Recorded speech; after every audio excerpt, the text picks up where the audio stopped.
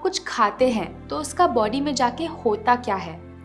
पहले तो खाना आपके पेट में जाता है जहाँ पे वो टूटता है, फिर आपकी इंटेस्टाइन्स में यानी कि आपकी आंतों में, और आखिर में वो वेस्ट बन के बॉडी से बाहर निकल जाता है। लेकिन क्या आपको लगता है कि हर खाने को इस साइकिल को पूरा करने में सेम टाइम लगता है? अंदर से हमारी इंटेस्टाइन कुछ ऐसी दिखती है। उस पे हजारों छोटे छोटे उंगलियों जैसे उभार होते हैं जिसे हम विलाई कहते हैं।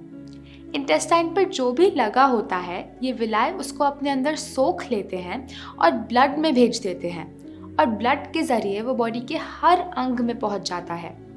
अब अगर इंटेस्टाइन की दीवार पे गंदगी जमी होगी तो जाहिर सी बात है कि विलाई गंदगी को ही सोखेंगे।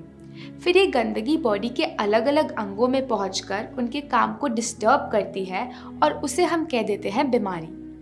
अगर ये गंदगी हमारी स्किन में जम जाती है तो हम उसे कह देते हैं एक्ने, एक्जिमा, सोराइसिस। अगर ये स्टोन बन के किडनी या गॉल ब्लैडर में जम जाती है तो हम इसे कहते हैं पथरी। ऐसे ही मोटापा, अगर आपको वजन कम करना है तो अंदर से गंदगी को निकालना होगा। अगर ये गंदगी ब्लड को भारी कर देती है और हार्ट को ब्लड को पंप करने के लिए ज़्यादा प्रेशर लगाना पड़ता है तो हम इसे कहते हैं हाई ब्लड प्रेशर। अगर ये ओवरीज में गांठ या सिस्ट बन के जम जाती है तो हम इसे कहते हैं PCOD, मेंस्ट्रुअल डिसऑर्डर्स। अगर ये इंटेस्टाइन्स में जम जाती है तो हम इसे कह देते हैं कब्ज, और कब्ज सभी बीमारियों की जड़ है। अगर ये हमारे एयरवेज में जम जाती है तो हम इसे कहते हैं एस्थमा। अगर हमारी आर्टरी में जम जाती है तो हम इसे कह देते हैं कोलेस्ट्रॉल। आज ये शायद एक छोटी सी बीमारी बन के बैठी हो, लेकिन अगर हमने इसको साफ नहीं किया तो कल को ये बहुत डेंजरस बीमारी बन के बाहर आ सकती है, जैसे ट्यूमर या फिर कैंसर सेल। तो जब आप इस गंदगी को बाहर निकालेंगे तो सारी बीमारियां अपने आप ठीक हो जाएंगी।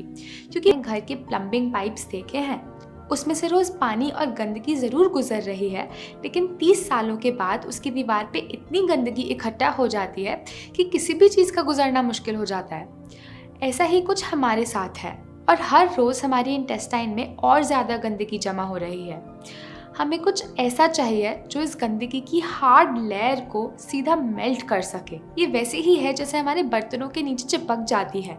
हम इसे कैसे निकालते हैं? टिश्यूज़ को रिपेयर करती है, स्किन से पुराने दाग धब्बों को दूर करती है, डेड सेल्स को बदलती है, स्टोन्स यानी पथरी को निकालती है, फैट को घटाती है, सिस्ट फाइब्रॉइड्स को तोड़कर हार्मोन्स को रेगुलराइज करती है, इंटेस्टाइन्स में जमी गंदगी को हटाती है, एयरवेज में से म्यूकस को साफ करती है, आर्टरीज में से कोलेस्ट्रॉल को निकालती है।